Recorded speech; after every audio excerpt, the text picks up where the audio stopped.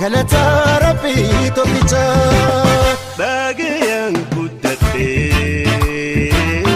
waa'ee Ali Birraa atis meelaaf himii beekoo waan beektuudha karaan manni baagadaa'eessa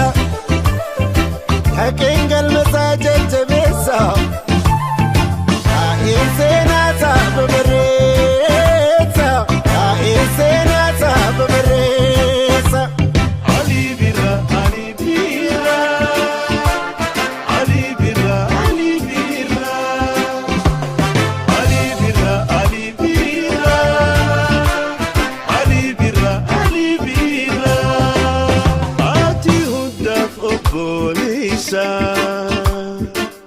tika guddaa fi sabbaa arja kanni kufni amalaan ajaa'iba alaabaa aartii teenyaa yaa fakkeenya dhaloota seenaa boonsaa hojjetteen bara baraan jiraata.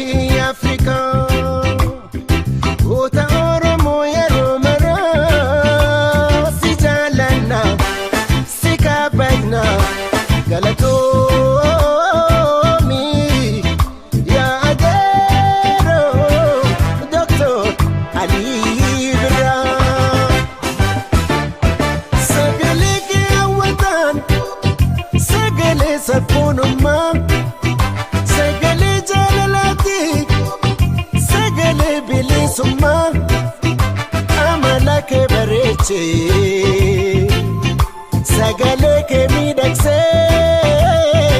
ati kenna addaati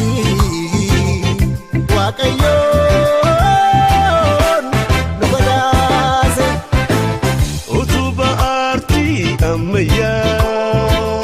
abbaa seenaa bareedaa yaa abukaatoo haqaa sagalee saba guddaa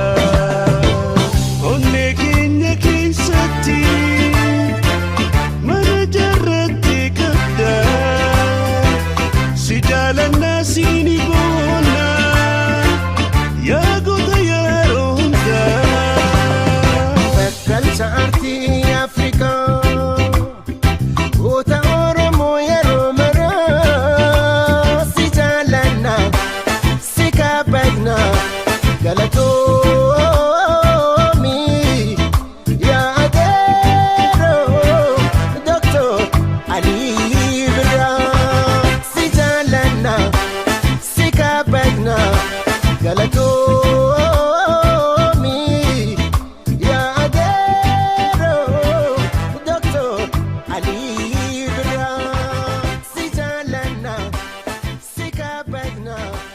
galatooma.